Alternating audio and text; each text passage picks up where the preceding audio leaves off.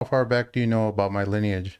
Like, my parents and You told me something about Uzbekistan. I went to that Uzbek restaurant by our area. That place is good, bro. I don't know. Just I one would of my say my father's name Imran is Shahid. ibn Munir. No, my father's name is Shahid. His dad, Oh. his name is Munir. Imran ibn Shahid ibn No, Munir. wait. Actually, it's Ahmed, and then it's Munir, Ibn Ahmed ibn Munir. and then it's Ibn Qasim. Uzbekistani. Qasim? Qasim. Is that where the Qasim? Uzbeks? The Uzbek Yeah. is from your mom's side, So right? in the future, like, let's just try to remember my names. We don't have to like always call me by that name, like the long form. But I think I think You can call me Bu Ahmed. I think if you know someone's lineage that far back, you should know it. And I think So should I you tell guys should I in tell you mine? particular should Yeah. know my lineage. Yeah. Should I give you mine then? So who from, I forgot how many generations up you said from your mom's side is from Uzbekistan? How many generations from your mom's side? I remember asking my grandma this. She said her great grandfather. Was Her it? great grandfather was Uzbek. Yeah. Wait, wasn't one of them from Bulgaria or something? Then my dad's grandma, I was sitting with her, and she said that her ancestry was from Bulgaria. That's crazy. That was But I don't know which relative that was though. Like it was some maybe some spice trader who came to India. How far does your family tree go though? How many generations? Hang on, we got to do this Mecca Books. yeah. Let's go. I can do Are you doing recording? Or am I reading it? No. Hang on. We're going. I can do like 10 by off the top of my head. Let's do this. This episode is anyway. brought to you by Mecca Books, your source for traditional Islamic knowledge. It's where seekers of Islamic knowledge go to buy their books. In fact, whether it's myself or Sim, we tend to go directly to Mecca Books because they have a massive catalog that covers just about every topic from fiqh, aqidah, hadith, tasawwuf, and everything else. Recently, we've ordered one amazing book series called Exemplars for Our Time. It's a 9-volume set of 9 different books covering the lives of some of the most amazing Islamic figures in our modern history. It's the perfect book for a father looking to learn how to raise his daughter. It's a student of knowledge looking for an inspiration, or someone on a spiritual path wanting to learn how some of the awliya of our tradition managed to live normal lives while still worshiping their Lord in the greatest way. You can go to meccabooks.com/TMM to purchase the book and use the code TMM for a 10% discount. Let us know what you think once you get the book.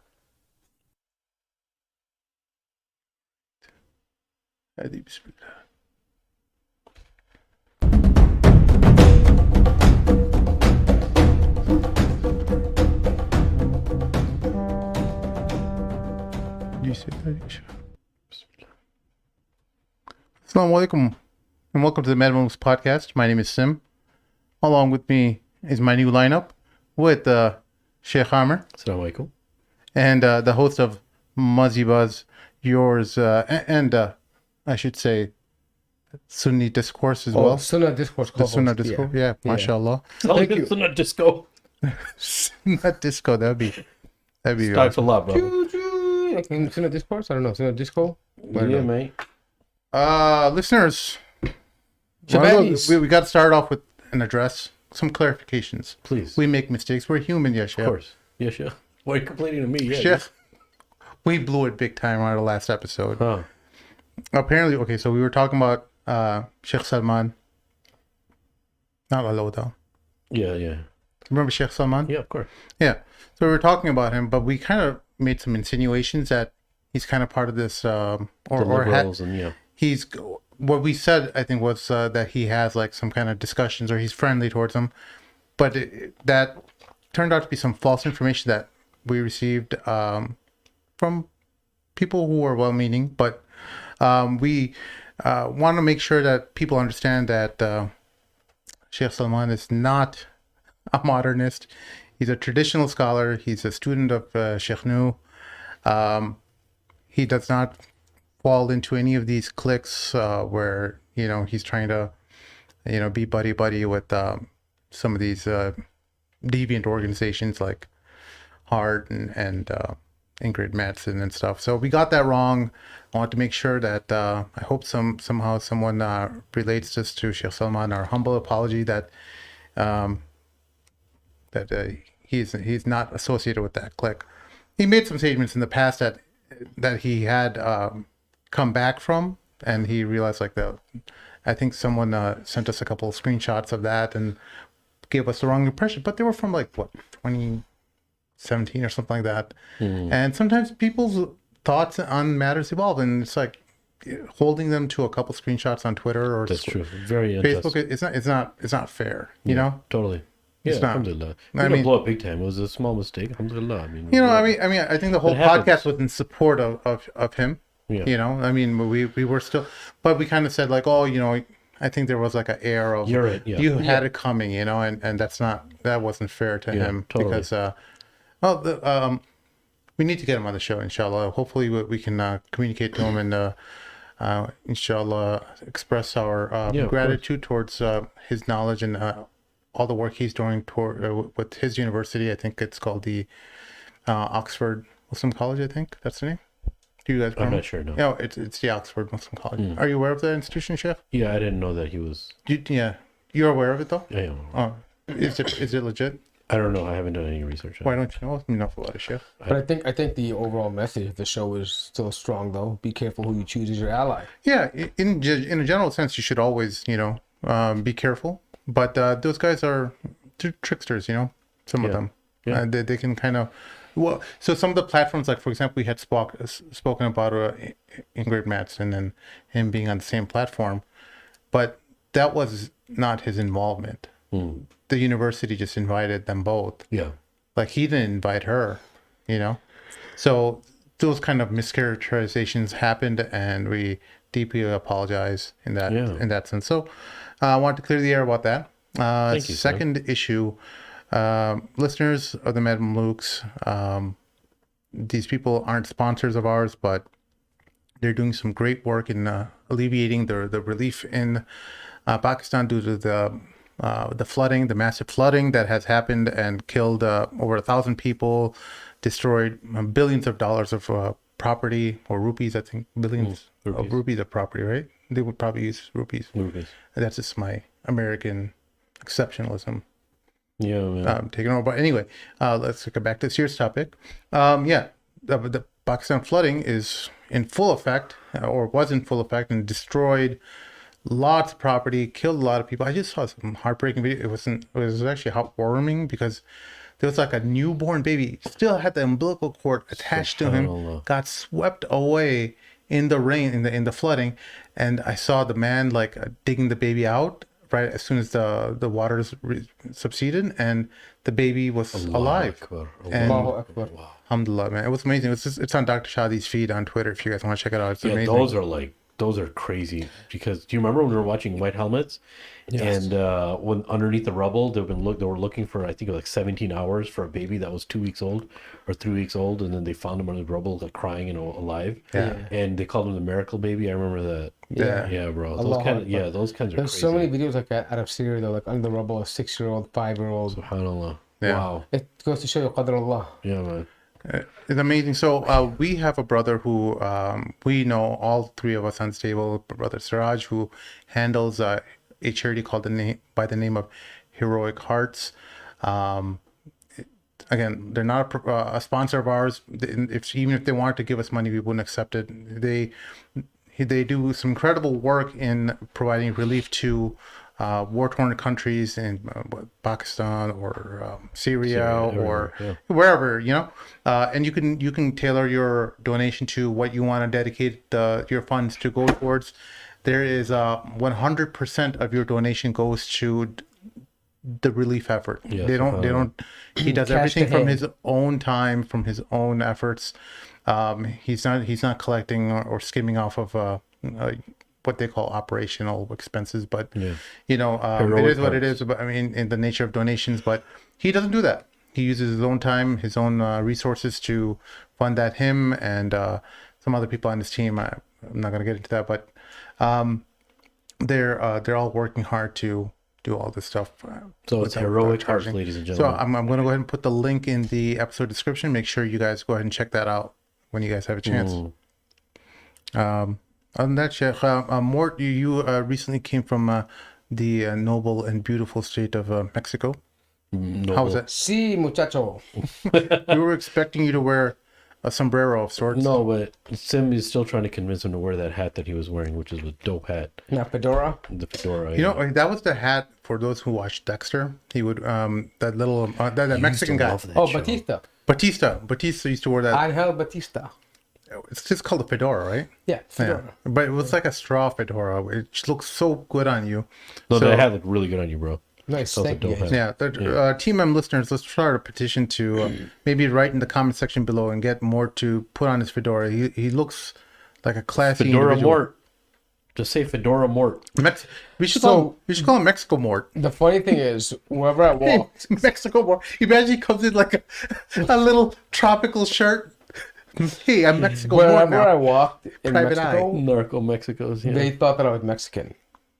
They were shocked that I was not Mexican. yeah. No, No, ¿Tú hablas totally. español? I'm like, no. ¿Qué no? Totally. I'm like, yeah, no, I don't speak Spanish. No, I can see that. I can totally see that. Yeah.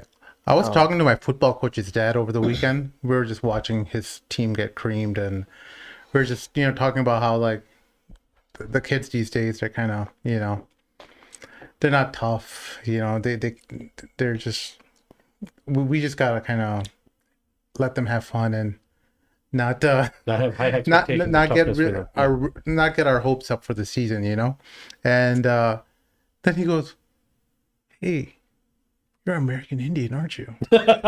American Indian. No, I said I'm Indian American. He's puzzled. The dots, not the feathers. The dot's not the feather. And he's like, "Wait, is that racist? Like, did you just say something racist?"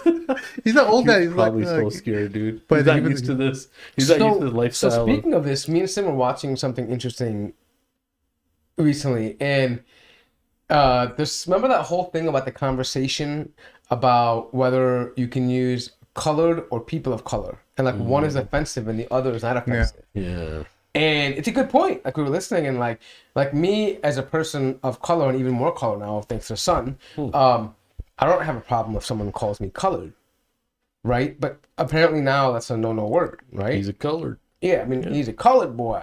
No, but the thing is, it's not acceptable if you say it has a racist undertone, right? But then they come up with a term to counter that, which is people of color, but it's still referring to the color. So why is there any difference? It's the style. A lot of it has to do with American semantics, bro, and verbiage. Like the way you say something and the way it used to be used. They used to like back in the day in racism. It's like he's colored. Like I really don't care about either of them. I know, But people look at of them color colored just sounds folks. more I know. appropriate because there's more words in it. I get it, but wouldn't you? It's more of a phrase. No, but what I'm saying is, wouldn't you pick a word or a phrase that doesn't include that word that has the connotation that you're against? Because Well, to be fair, there is that whole thing during the civil rights era where they would they would use the word colored as a way to segregate between whites and blacks. So There's no I doubt can about understand why some people find it offensive. Particularly, we're not part of the African American no, experience. I get that. So if I don't think someone African wants, Americans found that No. offensive. I think it was white people that Wait, found it hold offensive on. for us to be. Hold on. Listen, no, my thing is, I'm not in that particular group of people. I can't comment on that. But the only thing I'm saying is that the idea of using the word color, if that's the very thing that you're associating with that racist undertone, why would you then say people of color? Yeah, right? It just sounds nicer, bro. Yeah, I mean, And it's not the like same phrase saying, that was used before. Like if you don't want to be called a Negro, right? It's like saying, okay, then you're gonna come up with a term saying person of Negro descent. Why would you use that term, right? If you don't, I see what you're saying, but yeah. it's just a really strange thing. Whatever. like what was the other example? Retarded, right? We can't say retarded, but we can say dummy, or Fool, Or- or you could say low IQ. yeah. Yeah. But it means Mentally the same challenged. thing. It means the same thing, right? What? I mean, dummy or You're or- implying the same thing. Double-digit IQ, low IQ. You know what I mean? Like, who was that one royal family who put their kids into the basement because their kids were born mentally challenged, or they called them something. Forgot. So anyway, what they did was, this was some royal family. I wonder if any British people are listening. Maybe they could put in the chat. But there was some royal family from the UK. the British family. We just watched it. There was the Queen's sister was mentally challenged apparently, and they were ashamed of her, and they kicked her out of the royal family and like made her live somewhere else. No, yeah, they put her in like some dungeon or In something. a dungeon, and she died. And when she died, they didn't even acknowledge her death. They didn't even show up to her funeral Wow. because she was a black mark on like the The bloodline. the bloodline. Like, how dare there be a a mentally challenged person in this royal pure bloodline of the monarchs? Wow. But there was a word that they used to describe them. Yeah, I But forgot that word. forgot. Yeah. I was gonna Google like English. Yeah. But I mean, while you Google that, go ahead. Right? We're not making fun of the phrase. We're not making fun of the. No, the term was a quite funny term that they used. I mean, it sounded funny at least. Yeah. No, I mean, I'm glad it didn't happen to me though, because potentially it could have happened. Because my brother's so damn smart, and even me being mildly intelligent, but compared to him, Yeah. it's like a flicker in the sunlight, right? So Like all the power went to him. yeah, they could have All the probably power thought, went to him. look at this born idiot. Just put him in the dungeon. It didn't happen to me though. Alhamdulillah. That's all. Oh, okay. So here it is. Nerissa Bowes Leon and Catherine Bowes Leon, first cousins of Queen Elizabeth, were secretly incarcerated in the Royal Earlswood Asylum for Mental Defectives. Mental defectives. In 1941. The scandal uncovered after Nerissa's death in 1986 was the subject of a 2011 documentary. Yeah. So there you have it. Backwards people. These, That's pretty crazy. savages. where are the savages, by the way? Yeah. Where are the savages? This is You what, imagine- 1941 you said? Yeah. Yeah. Dark Ages it was still. uncovered in 1986. So recently, where's the outrage? Someone needs to get canceled. Some dead people need to get The canceled, bro. queen needs to be canceled. She's still alive. Yeah. The hypocrisy these people have when they're talking, when they look down on our culture or people who are degenerates or who had done horrible things in our past, and they try to like call us like backwards or savages, and Yeah. there's always this one air of like superiority Yeah. whenever you see them talking on their various media programs about how Muslim life was in, I don't know, 1200 AD or whatever. They never look back just to their own culture and their own practices within the past 100 years. Yeah, that's a deception of power, man. When you're in power, you can do anything you want. I You mean- say anything you want. You know how they comment about like Indian society, like, oh, we saved and civilized the Indians. We saved them from self-immolation, like where they burn themselves, the practice of, I think it was called Chucky or something, or whatever, Chetri. I don't know what it was, but basically the widow would just burn herself, Oh, yeah, right? yeah. Oh, And- self-immolation. Or whatever it is, but I'm saying that they claim themselves to be saviors, right? As the moral vanguards, right, of protecting women's rights, and here you are jailing and putting your queen's first cousins in these what do they call it, mentally defective asylums, right? I mean, Defectives, yeah. yeah, The Royal Earlswood Asylum. yeah, you know what I mean, like, Let's be accurate, sure, sir. yeah. So, but anyways, Guys, we all watched the Netflix show Mo. Mo is a comedian by the name of Mo Amer, Muhammad Amer. He goes by Mo. It comes on the heels of other shows like Rami on Hulu, following the life of, or loosely following the life of Mo Amer and how he lived in America as a Refugee, as yeah. a refugee, or actually he was completely undocumented. I think his refugee status even expired. Yeah. If he was busted by the INS or immigration services, he would be deported. So he actually deported himself. did he? What do you mean by that? Well, Yeah. Well, don't ruin. Well, should we? I think. Look, if Spoiler alert! No, Spoiler alert! it's up to you, guys, whether you guys want to watch it or not. It's definitely not a family show. We do not encourage anyone to go watch it because there are just some scenes that were completely unnecessary. That Mo chose to that in the interest of art, he felt like it should be part of the show. Whether it was actually reflective of his real life, it's anyone's guess. But anyway, Netflix came out with the show last week. I found it, a very entertaining show on its own. It was a good show. I found it entertaining, but as a show that's trying to normalize Muslims or trying to further the message of Islam. I don't see how it does that. Yeah, So- I don't so know the wait, intent wait. either. I don't know if that's even the intent. He. I think wanted to he's- ask you a yeah. question about this. Did you watch it by the way? Oliver? Yeah. Okay. But I never watched Rami. I haven't watched a single episode of Rami. Right. So comparing, you've watched Rami, right? Yeah. So comparing that, I've only seen those degenerative like clips on Rami. Like that's because you guys, I mean, people comment, right?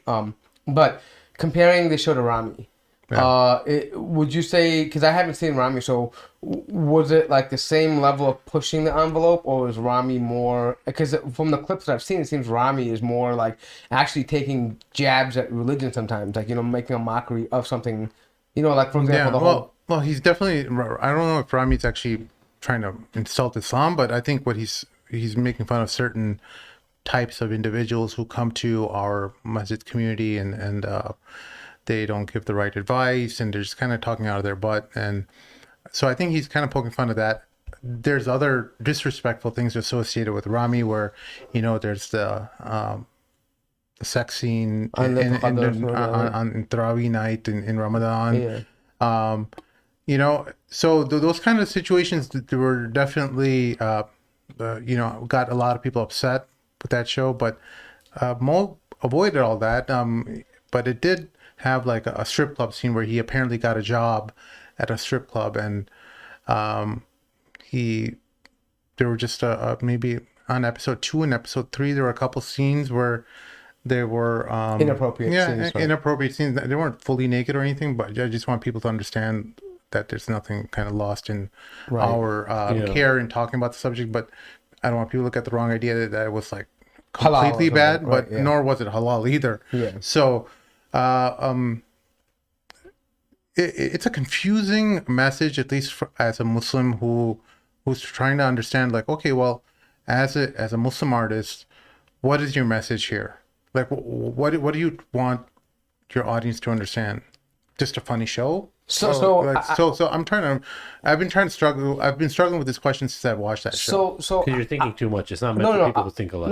I'll tell you what I think. I think it's just portraying his identity in America, and like some of it's relatable. Like the idea of him having this non-Muslim girlfriend, right? And he keeps trying to say, "Oh, you look better with the hijab, or you do like this," right? Like that whole thing that he's, and I kind of understand it because a lot of people who did have non-Muslims in a relationship with, that was something they all struggled with, right? Hey, trying to, hey, if you want to go to the next level, this is kind of what would make it easier, right? And the whole dynamics of that, right? And then there were certain things that I liked how, like, he calls out certain things, even though, like, in a woke culture today, it would be totally fine and acceptable to be part of. For example, when he goes to the family lawyer, right? She has, like, this healer.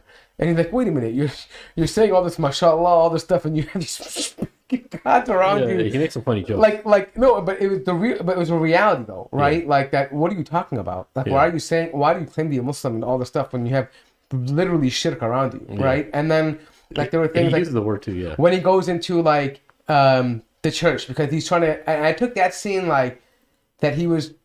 This is how I look at it. I think the big thing, and I'll let my comment go after this, but.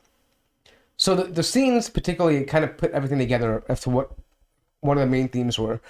When he goes to the church, when his girlfriend suggests that he goes to the church to speak to somebody, right? It's funny because he's like, really oh man, that guy, he's like, stuff for Allah. He takes his shoes off. He's like, all this stuff, right? He's trying to like be respectful, but he's still very conscious about the shirk around him. Yeah. And the first thing he says to the pastor is like, or the priest is like, why do you have to kill the guy? Why do you have blood? Why do you have to drink the blood, man? Yeah. And one thing I found is that, just on a side note, is that to me he sounded like a Palestinian Seth Rogen, like when he was like like his demeanor, right? Totally. Yeah. But anyways, I think the bigger thing, I think one of the bigger themes of the whole show was, aside from him being an Arab and going through this and the dynamics of being a Muslim and non-Muslim, is that a lot of people who have struggled to come here and have gone through stuff have issues they have to deal with mentally, and they don't have an outlet for it. So he was kind of like, in a way, forced to go to a non-Muslim in outside the community, because if you remember, he was a reflection of his own community. We don't talk about that stuff. we don't do any of that, right? Like he was kind of pushing it off like it wasn't a big deal, right? But it was ultimately affecting him, which got him on that lean and all that kind of stuff. He learns about his father being tortured, and that really affected him, right? And the pressure of being the son and his mother and his brother that's autistic. And I think that one of the things I took away was that as a Muslim man who's growing up here, for someone who has issues, they're not taught to deal with it, and they have no outlet. They don't, or they feel like they don't have any outlet to deal with these things. Yeah. Yeah, no, on my take on it, look, man, I think it was a very well-made show. I think he's a pretty good actor. He's really funny because he's a comedian, but there's a lot of people who are comedians that try to make shows and they don't end up being too funny. Like, he made it seem pretty natural. Well, you could tell he's very talented, and he did a good job of producing it. What I will say to Muslims is we have this tendency of, if a Muslim is making something, we expect it to be Islamic, right? And look, he did something very easily and gracefully where he made it unofficially and passively known that this is not an Islamic show and he's not promoting Islam by any means. He's actually just talking about his experience. And that's one thing I realized is, look, in 2022, his story, there's hundreds and thousands of Muslims that are just like him, right? Yeah. And he's talking about that experience. And one thing that I actually respect him for is that he made it understood that Islam is very deep in him culturally. Yeah. Him and his sisters and his family, they made it very, very clear. Like, he stated some of the hadith in there, like about shirk and, like about And the fact that the grave at and the grave, reading the du'as of when you visit a graveyard and all that kind of stuff. And he like Assalamu alaikum ya ahl al-qubur, like things like this. And his sister took over and did the du'a, but he was letting all the things that he was doing wrong be known, like with the lean and all that stuff. And he was, I don't want to say he was promoting his marriage to the non-Muslim. Was that more about the rawness of the life? Like, was that? You think that was more about the real experience? Yeah, he needed a numbing thing. He was addicted to something. The plot twist in it was really cool. I don't want to ruin it for anybody who wants to see it.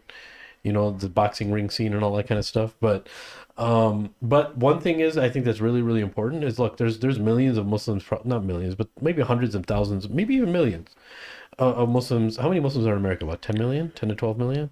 Yeah, but I could say there's about 25 million. I think of 10 to 12 million. Whatever. Okay, continue. Right? Yeah. So I would say there's definitely hundreds of thousands of Muslim youth that are exactly in his situation. Many of them who may not even identify as Muslims completely. You could tell with him, like, he identified as Muslim. His mother was like reminding him about Salat al-Fajr and prayer and all that stuff was really cool. Yeah. And then reminding his nephew about quizzing him. Exactly, and his nephew knowing more than him. By the way, there's 3.5 million Muslims in America. Yeah. Why? Yeah, because 20 million would be a lot of people. No, I said 10 million. Even 10 million is a lot of people. Is that less than 1% of the population, Amr. I always thought there was about 10 million people. No, No. Who knows? But anyway. Yeah. Wait. Well, hold on. That's what Google says. About 300 million people. 330 million Americans. We're less than 1%, bro. Yeah, we're less than, but we're still the third largest religion in America. But how does that make sense? 3 million is completely insignificant. That's the UK, bro. The UK is 2.5 million Muslims out of 60 million people, bro. Yeah, that's what Wikipedia here says. Bro, forget Wikipedia, bro.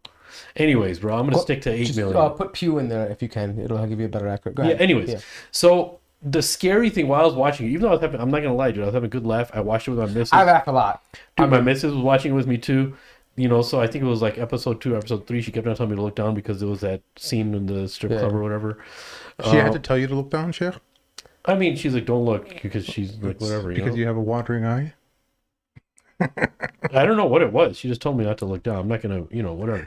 I'm just being straightforward. But I think overall, minus a couple of scenes, I think I had some wholesome laughs. Yeah, no, I had a lot of wholesome laughs because there's a lot.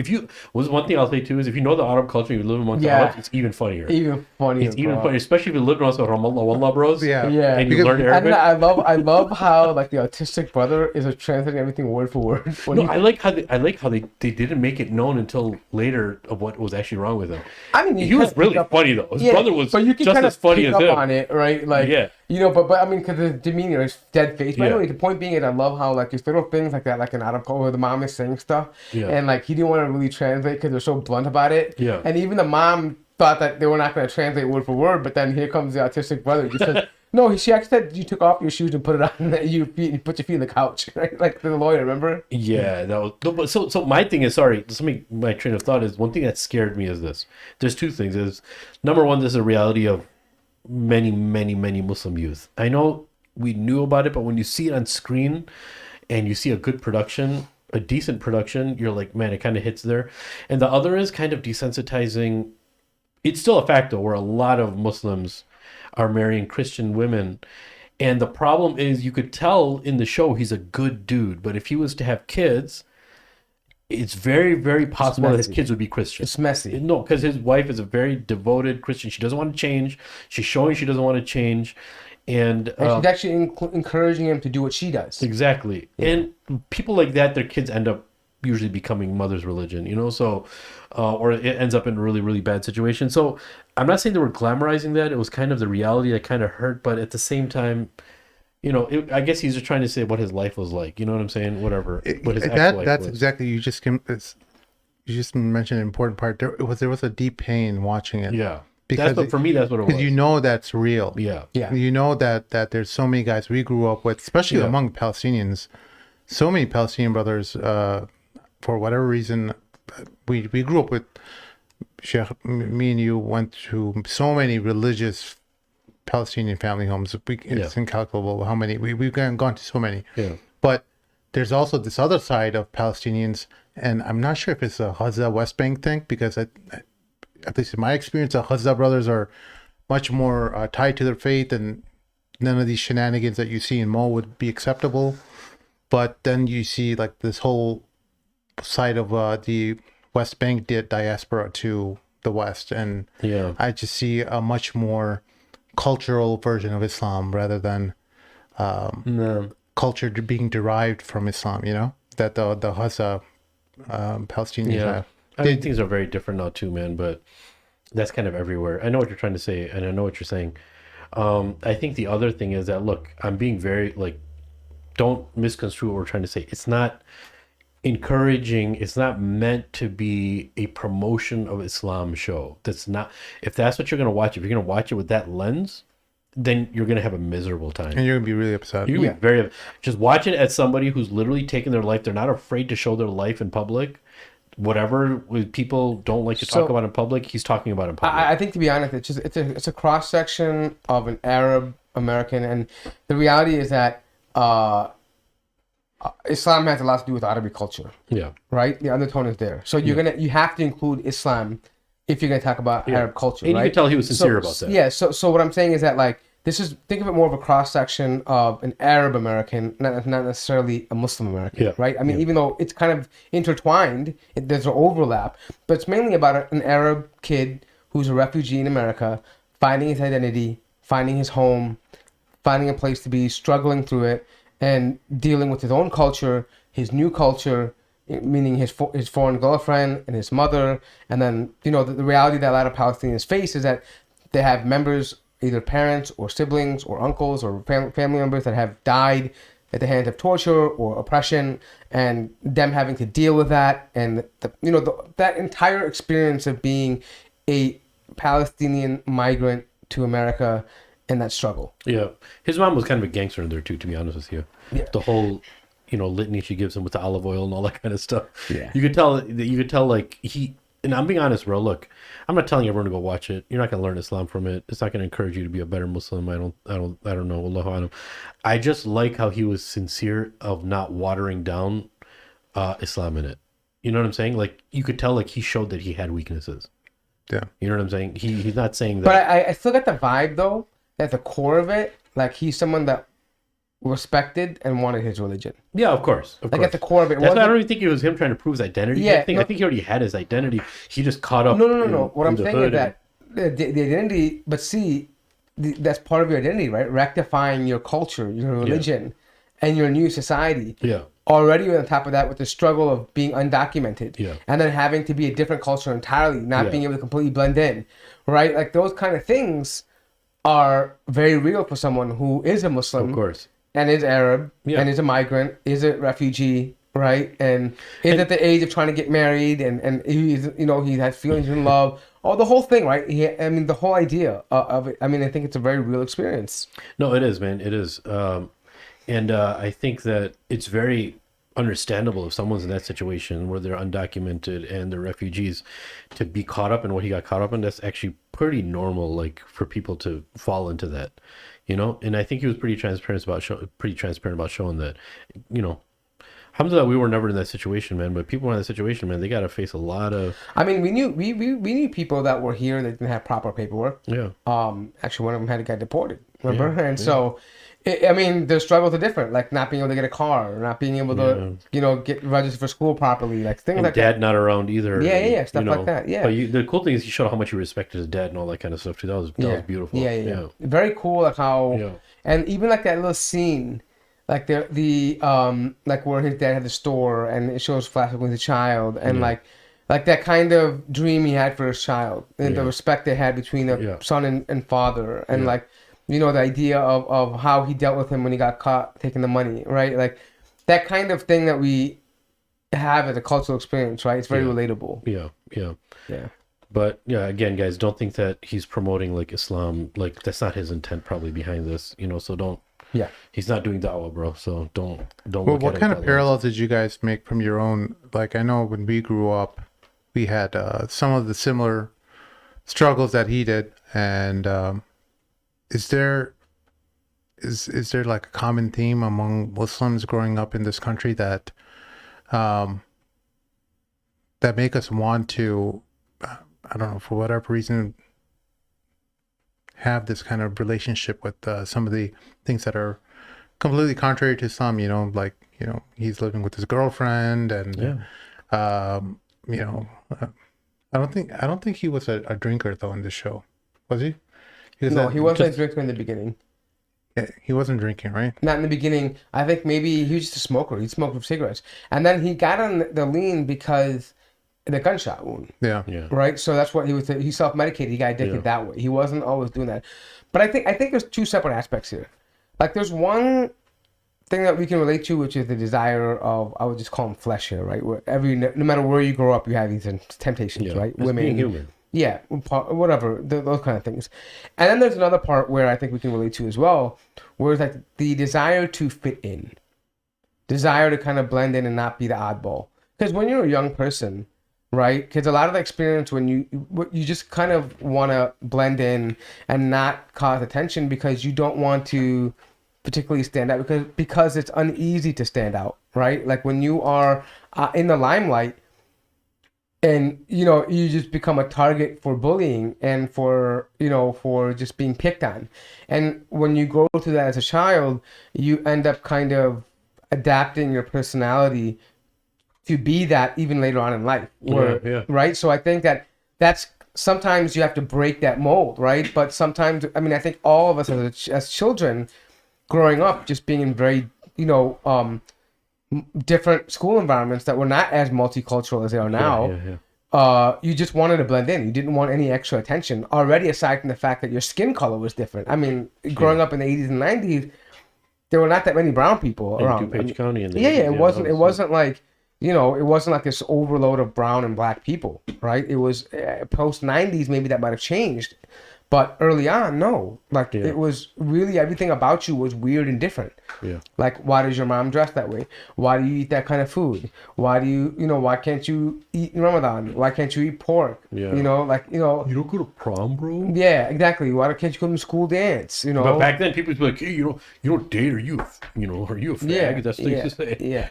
Like, things like, just little things that people, and I want the audience to listen to, and who are younger, the stuff that they know as normal now, they did not know that before. Yeah. To credit our generation, we made it normal for them. But like the idea of like not eating pork, the idea of Muslims not drinking, the idea of Muslims not dating, the idea of Muslims not going to these kind of things, right? Like this whole idea of praying, right? These things, most people we went to, they would never know what we were doing when we went to go pray. They had no idea. First time they've seen it, ever. Not as you go anywhere, everyone's seen a Muslim pray before. It's just something you see, even in movies they put it now. But that experience of everything being fresh and new to them and fresh and new to us, right? Meaning that the first time we had experienced having to share this outside with people who don't understand what we're doing. That pressure as a child, having to do that, it can affect your personality Oh, growing totally, up, yeah. right? And I think some people carry that even when they get older, precisely for the reason why when he was in the cell phone store, he was ashamed of speaking Arabic in front of customers because he thought it would have a certain implication, right? Like, because you grow up with these stereotypes and you kind of it's embedded within you, right? You kind of absorb it and you apply that to your daily activities, right? Or whatever, how you move and operate, your MO. And I think that's a big deal, right? And people nowadays, I'm sure there's different challenges now for these kids, but for us, it was more about, oh, who are these new people? How can we, let's shine a spotlight on them. What are they about, right? And you had to justify everything. And then 9/11 amplified that 100 times. Yeah. I remember that. Anyways, There's also this with the character, he doesn't have the ability, or he's so fearful of being a provider, of making her his wife, his girlfriend. I'm talking about.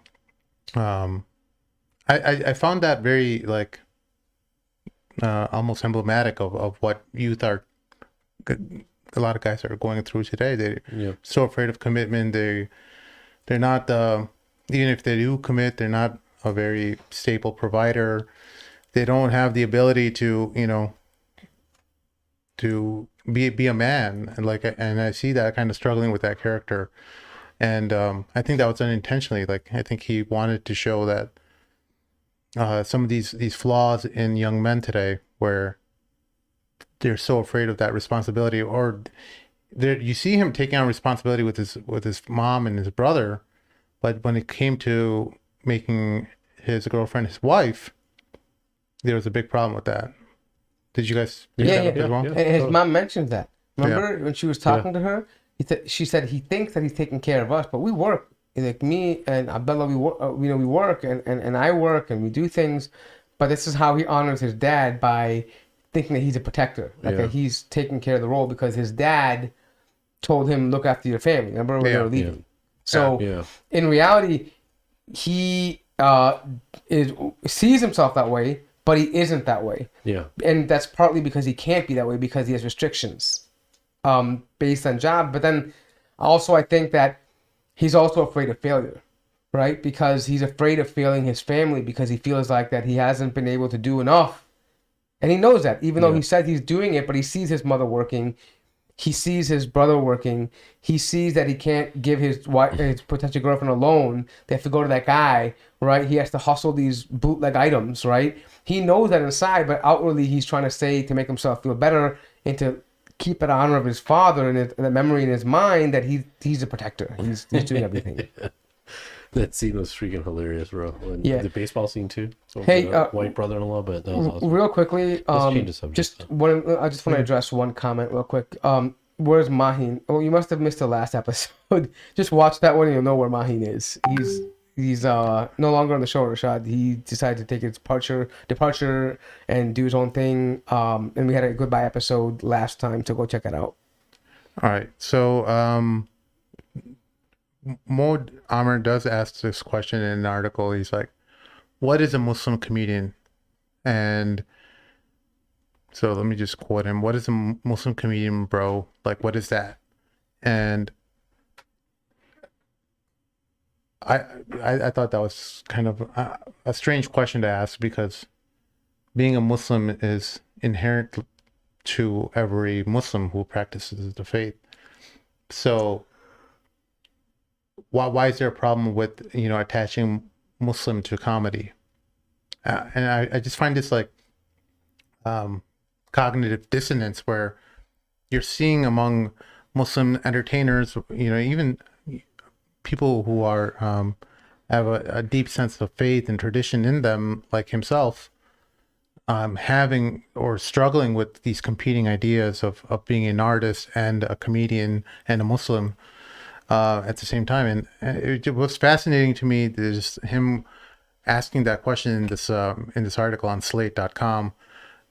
He's just Did he And- explain it? Is there like more context to Well, that I statement? remember someone else asking you that question, another comedian. I don't want to throw him under the bus, but uh, once Sheikh was inviting a fairly popular Muslim comedian in the United States on the show, and the guy was kind of rude to Sheikh, and I told Sheikh Hammer like, "Hey, just end this discussion. We don't need this guy anymore." But basically, what happened was Sheikh Hammer was being really polite to him, and he said, "Hey, look, I respect what you're trying to do, and bringing Islam through comedy, and kind of integrating dawah to comedy." And he got really upset about it, like this over text message.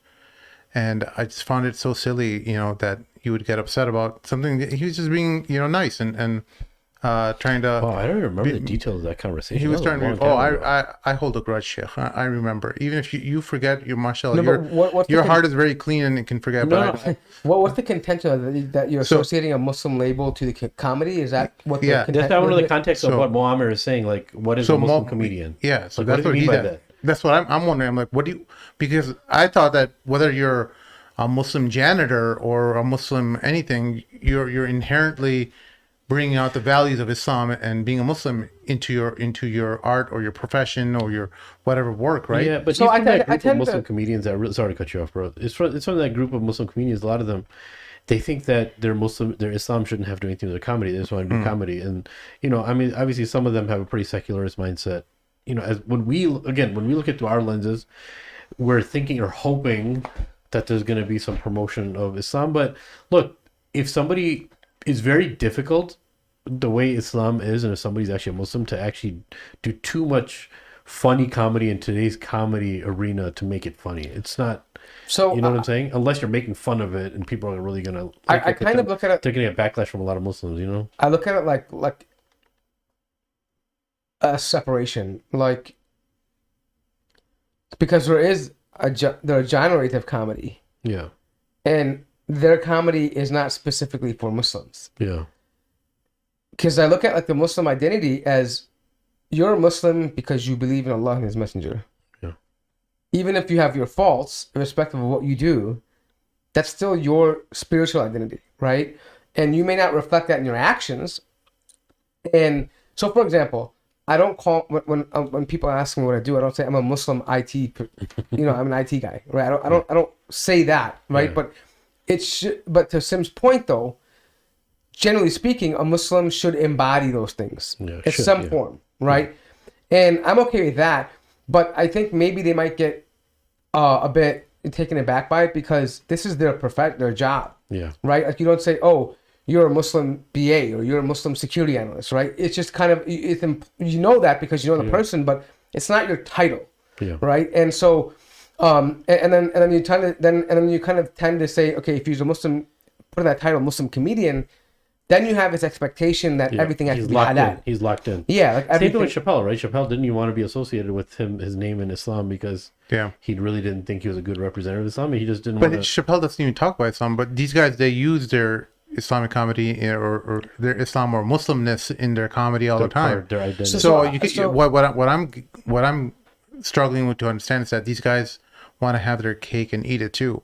So I think this goes back to the comment where the idea that being Muslim is part of the Arab cultural identity, like for a large part of it, right? Whether because even if you're practicing or not among the Arabs, there's so many things, references to like this. Well, that's because- with every Muslim culture, though. yeah, but I have a theory on that. Tell me which Muslim culture is not. No, but look, I'll tell you for example, Dave Chappelle not being brought up in a Muslim Arab or a predominantly Muslim culture, he doesn't have a certain things that we would have, right? I mean, it's like, for example, you'll find even people who are, atheist Arabs will say inshallah, right? Things like that's embedded within you, right? Like, I mean, or like, for example, like if someone does something bad, right? Even if it's da'ib, haram, even if he doesn't believe in that, haram alayk, you know what I mean? Yeah. Like things that you would imply with religion because it's so embedded in the culture. Yeah. Dave Chappelle doesn't have that. Like to have Dave Chappelle's experience as a black man in America, it could be divorced of Islam completely.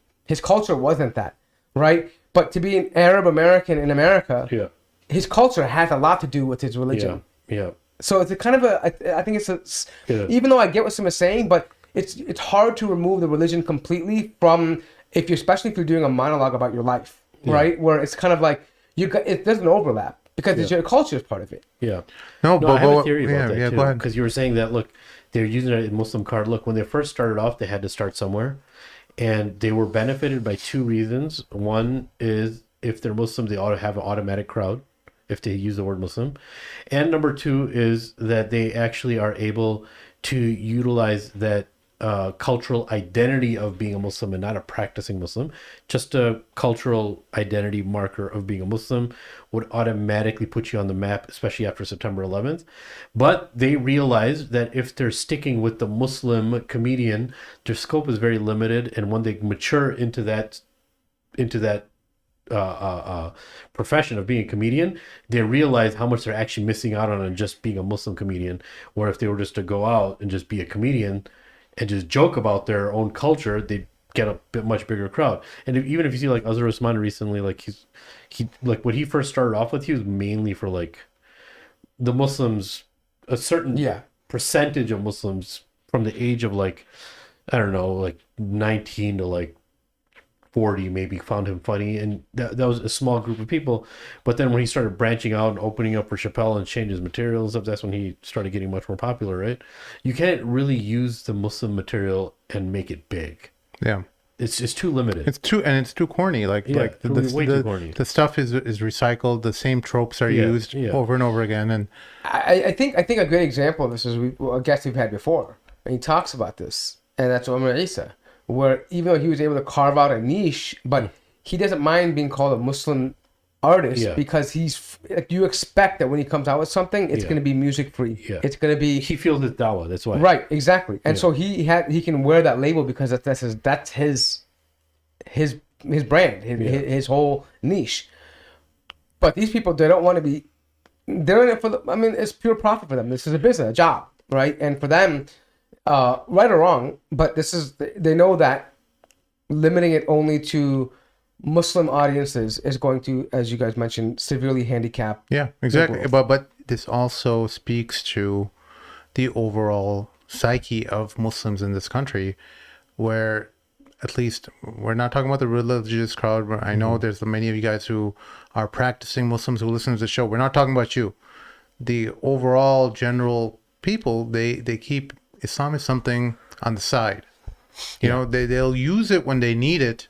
And if they need to extrapolate some, be inspired by something from it, they'll use it. But in a general sense, it's always on the periphery.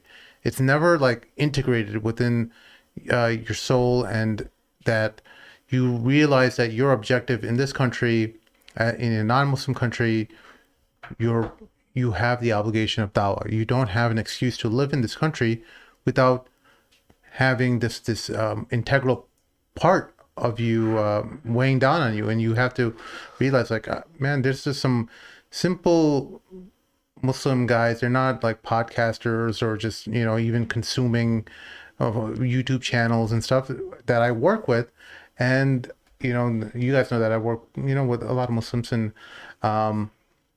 they'll bring up Islam in a meeting, or in some kind of not a formal work meeting, but like, in passing with coworkers when you're just talking, they'll bring it up, and they understand like something in them is always like driving them. Hey, look, I have my responsibility in this country is not only just to take care of my family and kids and myself and be a provider, but I also have this overarching responsibility of being an ambassador. I have to relay the message to these people. And these simple concepts are ingrained in simple individuals who, they know a little bit and they're passing it on. And I just found that beautiful. And I just recently saw that in one of my coworkers, and it really made me so happy that he did that. Yeah, I think they're falling for this, the inevitable wave that comes in the Western world of the idea that religion is for your house. And you compartmentalize it and say there's a time for religion and there's a time for this or everything else. And so what they say is that they don't want to mix the two. Yeah. And so they've adopted the idea of compartmentalizing it. Secularism. And saying, exactly. It's just at the core of it, it is secular. It's secular. You guys remember that comedian Chris Tucker? Yeah. from Rush Hour. Yeah. He became Christian. He left comedy. He left everything. He felt like everything in Hollywood was antithetical to his faith and what he believed in. And I have to respect that, man. Yeah. Same with I think Mace. his new comedy was like he doesn't cuss anymore or something like that. He was doing some comedy. He doesn't cuss anymore. Does he? I think he does for like small. No, but venues, same with remember that artist Mace with Puff Daddy.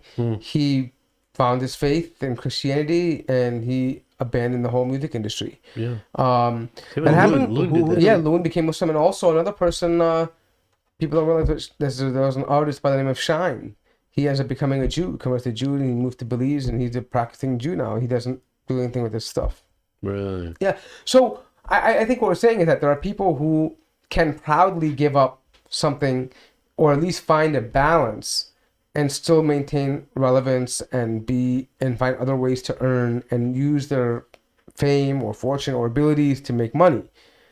You don't need to absorb this idea that you have to approach Islam or your life or from a secular view.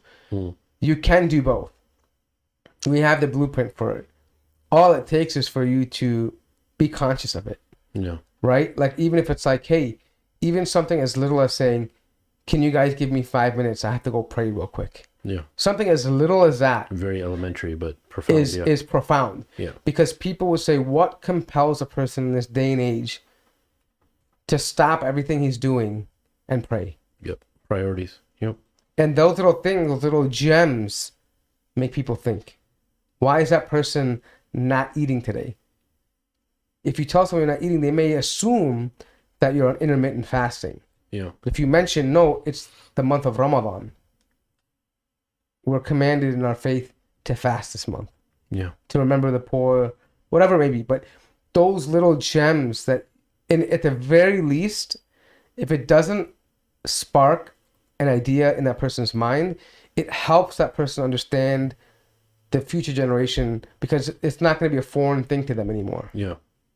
At the very least, you've conveyed something new to that person that he can't claim ignorance from.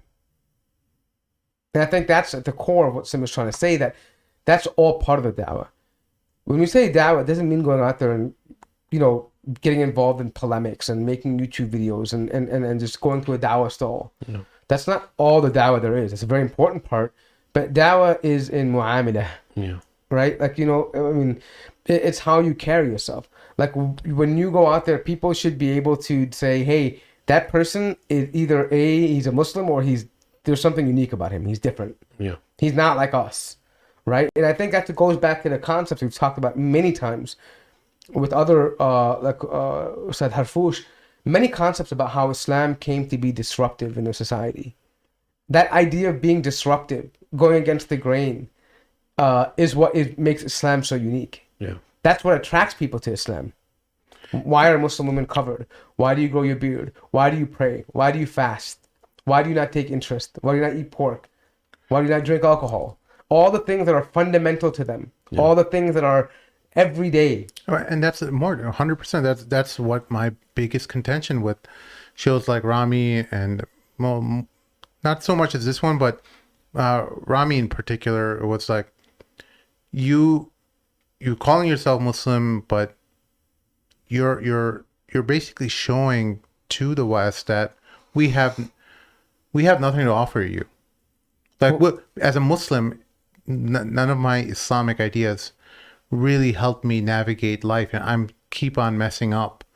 And I ultimately am just like you. I would go one step further and say, actually, you have solutions for me. Like, rather than us having solutions for you, you give the vibe that I want to be like you. You have it figured out, and I want to be more like you, right? And that's exactly opposite of the dawah, right? The dawah is that, no, we have the answers. We have the solutions for mankind. Yeah. We have the perfect system. And by you trying to hide that, you're making them feel like, well, you're just a savage that needs us to guide the civilized world, to guide you and make you an American so you can be free and happy and independent and prosperous. I wish Maheen was here. He thought that Rami was a spiritual journey for him. No, look, I mean, Rami or Mo, these guys, their life is very much similar to many Muslims who have grown up in this country. Not taking away from that at all, but at least from the perspective of entertainment, or at least the message you're giving to the world. While you are fine, you don't want to be called a Muslim comedian. Fine, you're just a comedian, but you are still giving the impression that Islam didn't solve anything for you. It didn't solve for many Americans who are sitting on their couch watching your show. They're miserable. They're trying to find an escape, and they say, well, there's Mo there as well, and there's Rami, and Islam didn't really help them out, and they're, seems like their life is a mess just as much as ours. So, well, let's move on to the next ideology or whatever. It feeds in the idea that all religion is just man-made. It's just a cultural thing. Yeah, and the thing is that at least I would say make a disclaimer that, hey, I believe Islam is correct. It's perfect. I'm not a practicing Muslim, the best practicing. Don't take me as an example. I'm not a reflection of what it should be. And to something as simple as, if I was practicing Islam, I'd be in far better shape.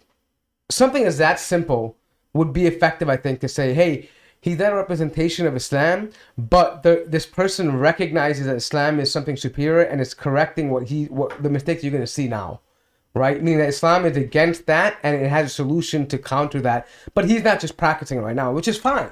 Everybody is different, right? Everyone has their own level of taqwa, right? And we can understand that everyone fluctuates, whatever it may be, but at least the audience doesn't associate that this is what Islam is. Islam doesn't, because they're going to see you as the fruit of Iman, right? Like, oh, these are the fruits of Iman. You're just wanting to be like a non-Muslim and have a non-Muslim girlfriend or wife and go to strip clubs and drink and do drugs. Like, what's the difference between the Christian and the Jew who does this, right? And I think that's the whole, I would be at least more comfortable if there was a disclaimer about that, saying, hey, you know what?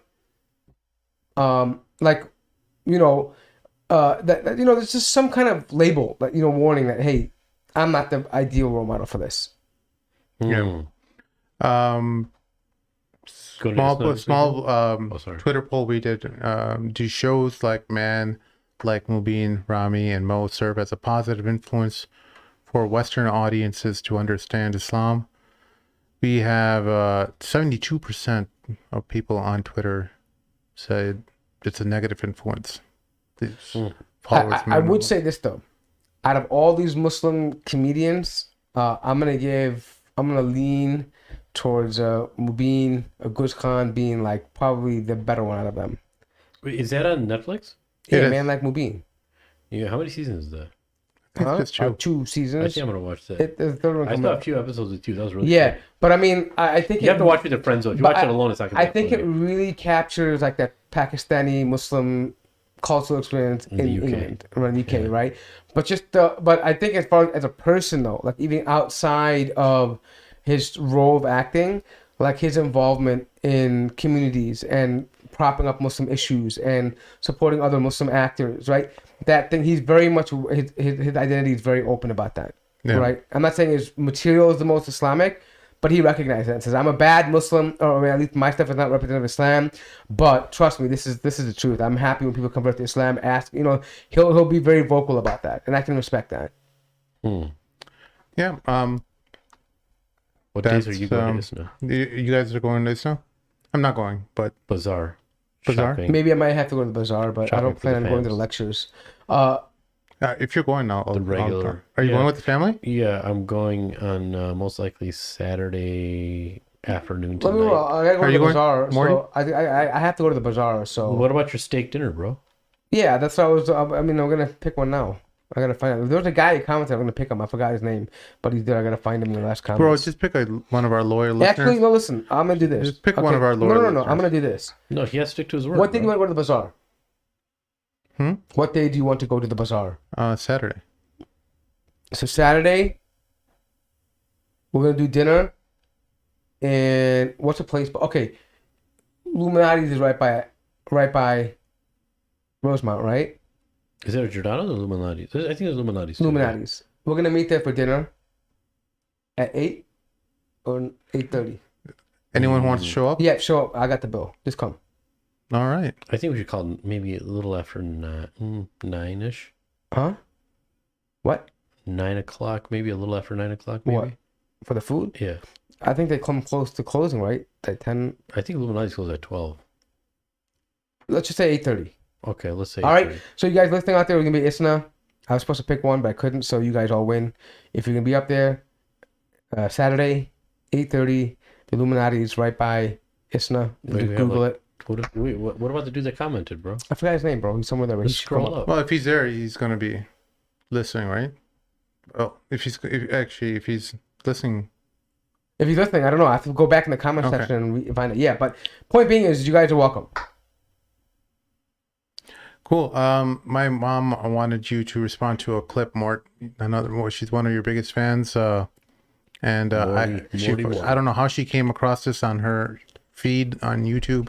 She enjoys listening to the regular guys on YouTube who are in the Dawah scene, and she's somehow stumbled on this one clip, and I'm like, oh, this guy is not someone who the normal Dawah guys, from Muhammad Hijab to whatever four corner Dawah. I don't know what they call them themselves, but what other Dawah?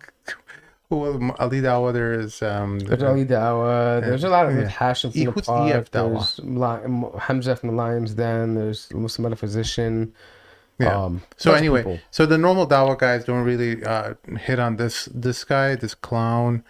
His name is MythVision Podcast is his channel name, and he brought in some Jewish scholar who is arguing that Islam has its origins in Judaism, and that essentially Muslims have borrowed their faith from Islam. So I'm going to go ahead and play a clip for you guys just to kind of get a gist of what they're talking about, and it kind of made my head hurt listening to them, but I think it's worth discussing a little bit about what kind of crap is happening, at least how they're trying to change the overall origins of Islam and where our message came from. So here we go.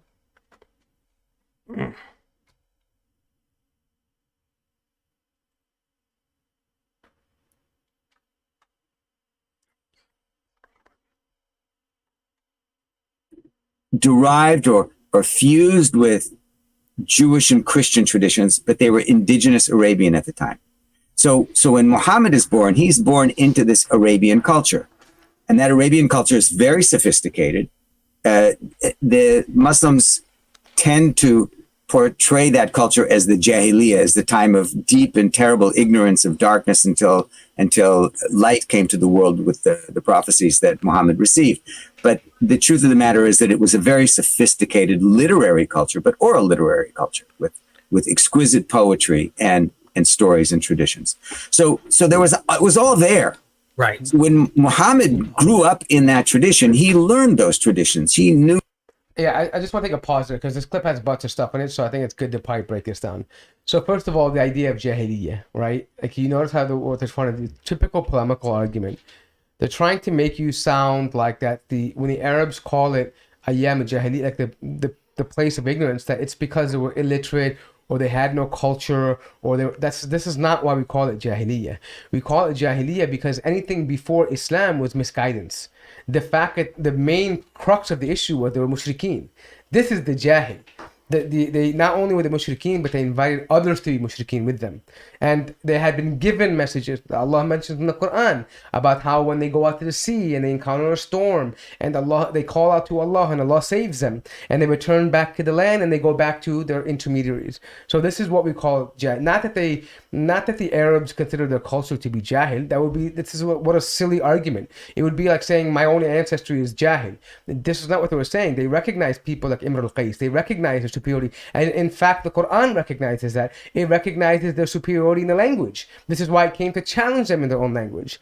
So the idea that when you say Jahiliya, this is his own Jahil speaking about what it means to be Jahiliya actually means. So this is the first problem the first thing you have to dissect, because the reason why I wanted to pause there is because this is how they build the argument that, oh, they already got it wrong about the history. They're trying to portray the Bedouin Arabs as being Jahil. And I think Umar bin Khattab radiallahu anh, he mentioned this perfectly. He says, before Islam we were disgraced people, and after Islam Allah honored us through Islam. We didn't have an empire, we had nothing. And this is true. After the advent of Islam, the only time you had the entire Arabian Peninsula unified, and not only that, they took down the China and the Russia and America of their time. So this is truly an honor from Allah subhanahu wa ta'ala when Islam came to them. And it came from a Nabi that was Ummi. He was unlettered, right? And this is the reality. So when we say Jahiliya, we're talking about their times of ignorance when they worshipped other than Allah. Why? Because they fell into that. Before this, they were muwahidin. They used to worship. Allah had sent messengers to them beforehand. They came from an offspring of people that had messengers sent to them, but they deviated. After the time of Nuh, they deviated, and they ended up falling into this jahil practice of being mushrikeen. And this is why we call it the days of Jahiliya. So you can continue. I just realized we are overdue on a sponsor video, Sure. so let's just Do get it. it Cut it done over. with right now. Mecca Books. This episode is brought to you by Mecca Books, your source for traditional Islamic knowledge. It's where seekers of Islamic knowledge go to buy their books. In fact, whether it's myself or Sim, we tend to go directly to Mecca Books because they have a massive catalog that covers just about every topic from fiqh, aqidah, hadith, tasawwuf, and everything else. Recently, we've ordered one amazing book series called Exemplars for Our Time. It's a 9-volume set of 9 different books covering the lives of some of the most amazing Islamic figures in our modern history. It's the perfect book for a father looking to learn how to raise his daughter. It's a student of knowledge looking for an inspiration, or someone on a spiritual path wanting to learn how some of the awliya of our tradition managed to live normal lives while still worshiping their Lord in the greatest way. You can go to meccabooks.com/TMM to purchase the book and use the code TMM for a 10% discount. Let us know what you think once you get the book. All right, we're back. Okay, so do you want to make any commentary about the Jahil stuff? Not at all. Good? Yeah, totally. Let's continue. Thank you, more. To them. And when he received a revelation, that revelation came to him, and it was couched in the culture in which Muhammad lived. So the lessons that God would give to Muhammad were couched in the traditions that were relevant and were known to the people. And that included Christian motifs, Jewish motifs that were no longer Christian or Jewish. They were now Right. Arabian motifs, right? You are making so much sense right now, by the way. I just want to say this has been the clearest I've heard it defined in the way that you're expressing this, because that would make sense of a lot of things. It's not fundamentalist. I hope outsiders learning about Islam today aren't, and I'm not speaking to the Muslims, but to those maybe Muslims as well, that, you know, the tradition has it that, well, he learned all this from Gabriel, didn't learn this from anywhere else. And that's a radical fundamentalist approach that I don't even think Muslim scholars thought that about their own prophet early on. It's like we become radicalized, and those who are attacking or trying to argue against it, they're using that fundamentalist approach as well. And it's like, no. This is much more complex. Okay. So, first of To all, rise Sorry, go ahead. yeah. First of all, I think the biggest issue here to tackle is that the idea, the issue of wahi. This is what they're trying to discredit. They're approaching it from a very secular perspective, and saying that, well, they're trying to shun the idea of the concept of wahi. And the way they're trying to do that is by saying that, well, these traditions existed in the Arabian Peninsula beforehand because you had Jewish communities and you had Christian communities that were in the Arabian Peninsula at that time. And these were stories that had already pre-existed Sayyidina Muhammad sallallahu alaihi wasallam. And so therefore, but even though since it was much of it was oral history, they Arabized the stories, including names and all these places, and they Arabized it and catered it to their own Arab culture. And so from this, basically what they're implying is that Muhammad sallallahu alaihi wasallam heard these things growing up, and so therefore he appealed to them when he was announcing his prophethood. And it wasn't in fact Jibreel alayhi salam who told him these things, but rather it was him reaching out to his people in a manner, in a language, and in idioms and stories they could understand, right? And the fundamental problem with this is that they're going to have to prove things that Muhammad sallallahu alaihi wasallam had access to these things. Number two, Islam comes to correct the misguidance and the distortion that you find among the Jews and the Christians. We have very clear cases of this. For example, about what happened with Sayyidina Isa alayhi salam, the issue of Maryam alayhi salam and her pregnancy, things that they didn't know before. For example, Isa alayhi salam speaking from the cradle. This is something that they don't have, right? The issue of Ibrahim alayhi salam and the whole with his father and these issues. There are certain mentions in the story that correct this. The stories of Luqman alayhi salam, the wise man, right? Al-Khidr, stories like this that they don't have, that it came to correct, right? And there's information could not have come from them, because what they'd have to argue is that they were pre-existing gospels and stories.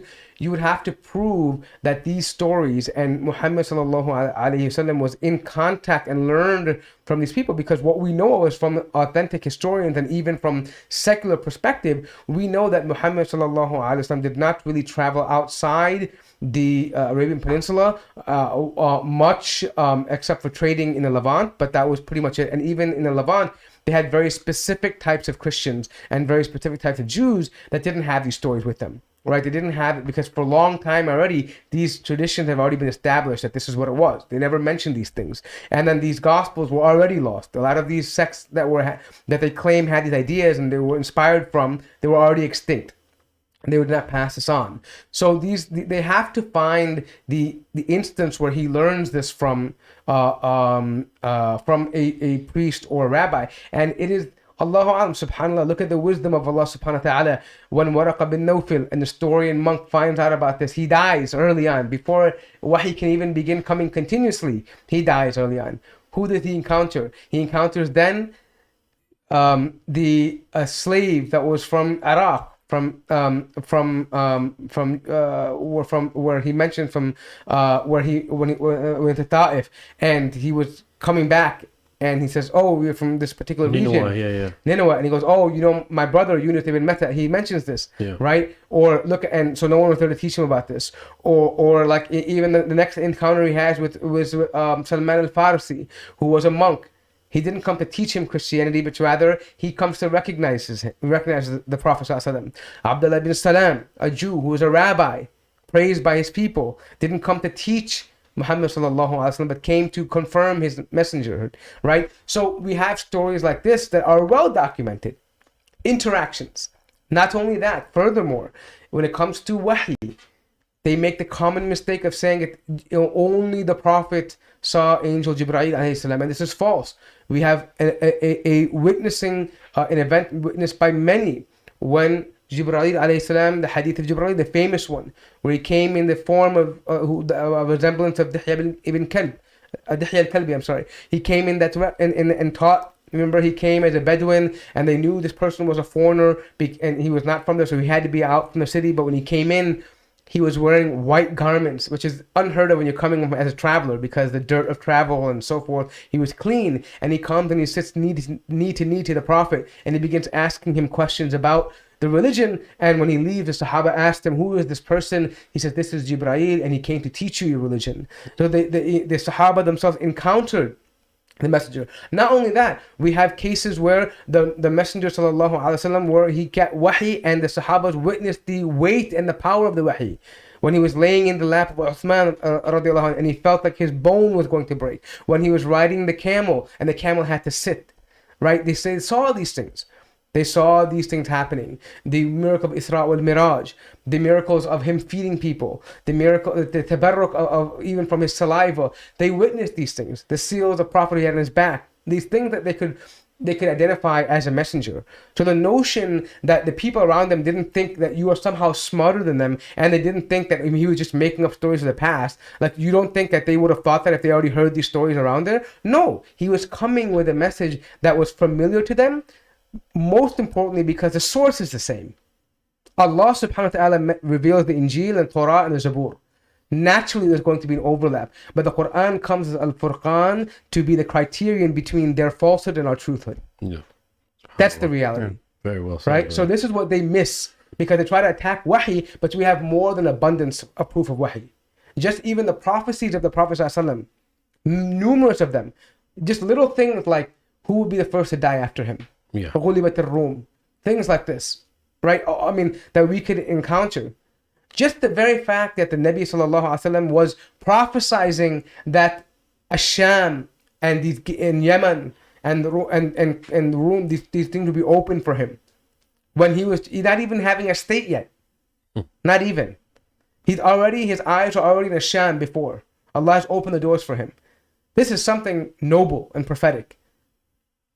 By their own definition, this is a prophet is someone who prophesizes. For us, it's a little bit different. It's someone who brings the Sharia, right? Someone who brings the law, someone who brings hukum, right? Along with the prophet, whether he prophesies anything or not, irrelevant to us. He brings wahy for us as Muslims. But in their definition, he has to prophesy. He even satisfies that condition.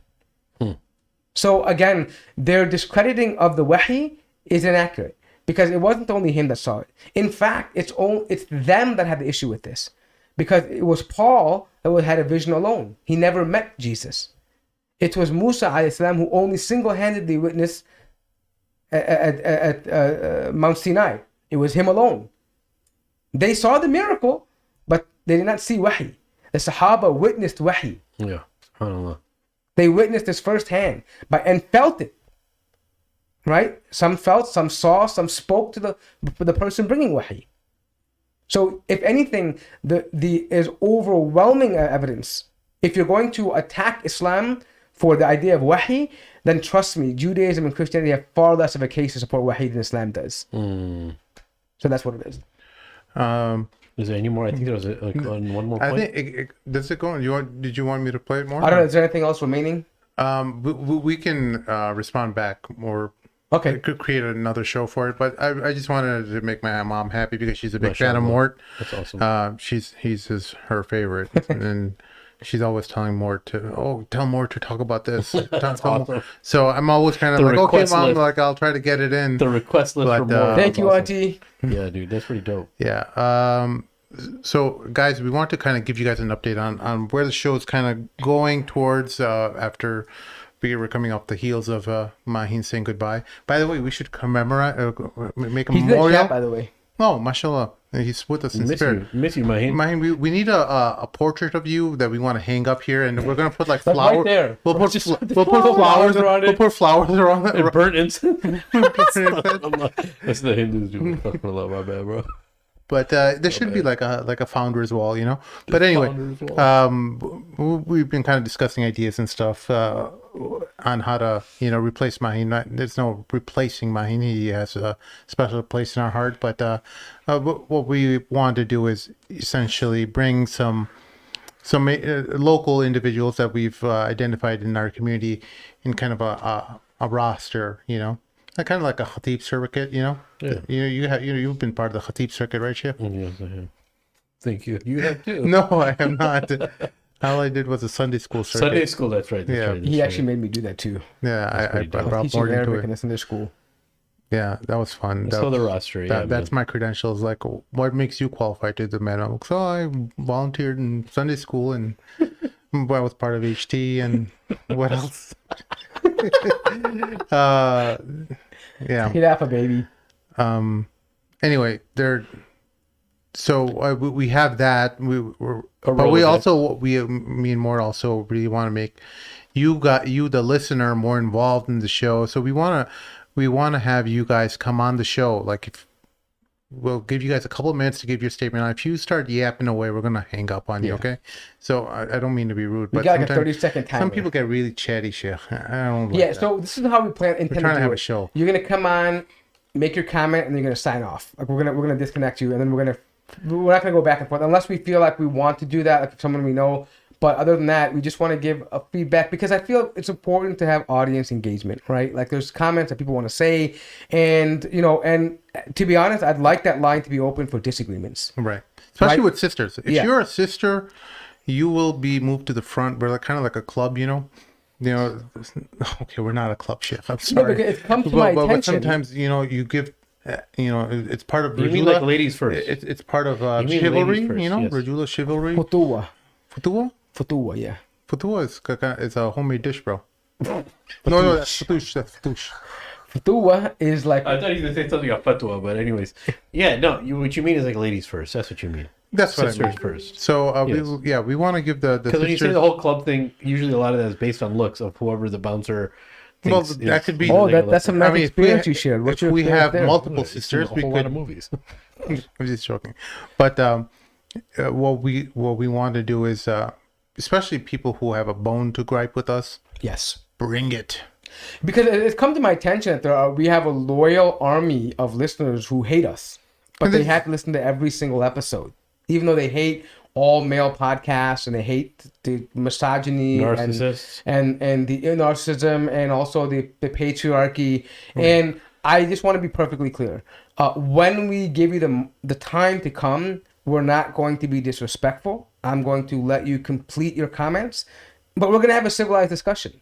It's not going to be a yelling fest. It's not going to be, I mean, we're just going to click next. But the point is, we want to give you a chance to say your piece, and then we'll let you hang up, and then you can listen for the response if you so choose to. But therefore, you can't say that we don't, because we don't want to be a group that just lives in a bubble. Me and Sim are talking about this. We don't want to be in bubble. And if you feel that we are in a bubble, or if there's some addition that you want to provide, some additional details or nuances that may perhaps change our view, we're open to that, right? Yeah, and also I just want to also make the listeners understand it's not limited strictly to people who disagree with us. If you have a question, especially related to like relationships or we're not going to be getting into like deep fatwa related Yeah, questions. no There's other fatwa shows. stuff. There's other shows for that. But if you need like general life advice and you have a unique situation that you think that people would find interesting and maybe we could all benefit from, yeah, by all means use that link. We're going to be throwing it in the chat section during the beginning of the show, and you guys can wait in the waiting room. And if you're just make sure your video and audio are working, and if they don't, Yeah, you're and not if you gonna- don't want to be on video on the live, at least you have to be backstage at the video so we can verify that you're human, that you're normal, you're not weird. yeah, you're not gonna. Yeah, like moonless the audience or stuff like that. Yeah. So yeah. That's basically all I want to say. Again, Maheen, send us a portrait of yours so that we Or could. just send us a plaque with the Actually, name I engraved think in we it. should get a fitted of his and hang it over here and tie one of his sneakers, one of his Yeezys. Like around when it. you guys did when I wasn't there, and you guys had the Magneto there. Yeah. Folks, I think that's our show for this evening. Again, make sure you please check out that link I put in the show description that can direct you to heroichearts.org. Their website is hchearts.org, and you can go to their Pakistan floods link. It'll be on their homepage, and donate whatever you can. Those people are suffering right now. The climate change is destroying the world, and there's many people who want to ignore it and say that it's not happening, but the proof is clear. The Colorado River is drying up. I don't know if you saw that, Shia, but Colorado River feeds or is the sole source of drinking water for several states all across the western part of the United States, and it's incredible the levels drought's coming. I mean, it's already happened. It's been happening for a number of years, and Look at people are just California. people are thinking that it's going to go away, and it's not going away. So speaking of that, I'm sorry to go tangent, but did you hear about that in California where there's a specific lake that birds have to migrate to, and on the way down or something like that? No, that's Salt Lake. Utah. Salt Lake. Yeah. Yeah, and so they had to dig a trench to the ocean to replenish that water. Otherwise, and for those who don't know, bird migration is not just from the warm. It actually helps with like pollination, all the stuff. Yeah. Like it's important for animal life. If they don't migrate, crops and animals and insects will die. The only reason why we have life on islands is because of bird migration. Yes. Good birds carry seeds and all kinds of different insects on their body that they bring and populate to You know, native there's an life. entire ocean. Yeah. An island in Same. Oceania that where Pacific turtles go to hatch their eggs. It's a whole island just dedicated to that. And Yeah, it's the off a same. reef. It's crazy. I mean, but it's obvious the hadith that comes to mind towards the end of time that the Euphrates will uncover a mountain of gold, and it just makes me wonder whether these are the preliminary signs of the end of times, where these rivers, these magnificent rivers, will be drying up because of climate change. And I told my kids, I'm like, I used to think that these events will probably happen in your lifetime, but it just seems like it's happening in my lifetime, and we all better get our act together because, so, I mean, the Sahaba knew that the Day of Judgment can happen tomorrow, but for us, we were like, oh well, it looks like it's going to be a while because this and this hasn't happened yet, but all bets are off, folks. Yes, you're right. I mean, this is happening live in front of us. These floods and fires and all kinds of devastation, all happening all around the world. And I really encourage you guys just to think about your family, think about where you're at, where you're going in terms of your iman, and well, reevaluate what makes you happy. If you're sad, definitely figure out why you are that and what happiness really means. And I think when you see some of these disasters, you realize that, oh wow, I'm not dealing with this stuff, that these other unfortunate people are dealing with. Of course. And when I was younger, I used to think about that. Like, we have all these signs because, like, you go to like school and whatever, Islamic school, Jummah, khutbahs, you hear as a little kid all these signs. Yeah. And when you're innocent child, 6, 7 years old, you're like, if all these signs are here, why wouldn't people just take heed, right? But then you see it around you. It's like you're enamored and you're blundered by the world around you to become so intense that you almost just put it in the back burner. It's almost natural, with the overload of information and sensories just being overloaded on such a degree that it's almost like, it's natural that you wouldn't even care about. You don't even want to think about scary things because you don't want to get out of the dopamine marinating environment that you're in all the time. You don't want to think about what's going to make you sad. Start stocking up, folks. Get non-perishable items, rice, legumes, canned items, flour. You even can stay fresh for a while. We'll get a bunch of guns and then rob the guy.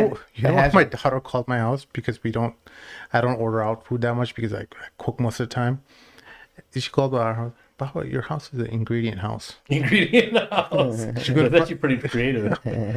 So what kind of name is that? You have a lot of ingredients, though. Yeah, that's what my wife says. She comes from her mom's house, and then she looks at like all the different ingredients that I've stocked up in different types of tools and like kitchen utensils. I had to fight. Crazy. I had to fight the urge every time I'm on Amazon not to buy some kind of kitchen. I gotta show you Marshall's Home Goods. I gotta show you my cheese grater. It's awesome. It's like this big wheel, like. Ah man, you just I like feed cheese it. graters. You ever grate cheese? Yeah, those ghetto ones that you used to get at Walmart, Those are horrible, right? Yeah. So, They're so I annoying. got this one that you just kind of feed the cheese through the top, and you just turn And the great thing is, everybody knows fresh cheese tastes better, but no one wants to do that. No one wants to go through that. Yeah, because you end up cutting your fingers half the time. Yeah. And then so this is great. Yeah. But anyways, I think we've been well over time. Yeah, now. that is our show. Make sure you guys check out MeccaBooks.com. Use the promo code TMM. Make sure you click on the old like button and subscribe to our show if you haven't already. Comment in the comment section below related to your thoughts to the end of times, what you think about Sheikh Hamer's outfit today, and any other fun item.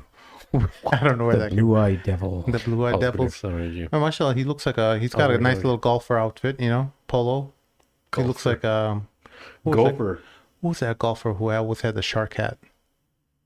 I can't remember. Dude, the only golfer I know is Tiger Woods. Bro. I don't know anybody. You don't else. know the guy Daly? Arnold Palmer. I know Paul Daly. Anyway, Chuck Daly. folks, we'll see y'all. We'll see y'all next time. Assalamu alaikum. Assalamu alaikum. I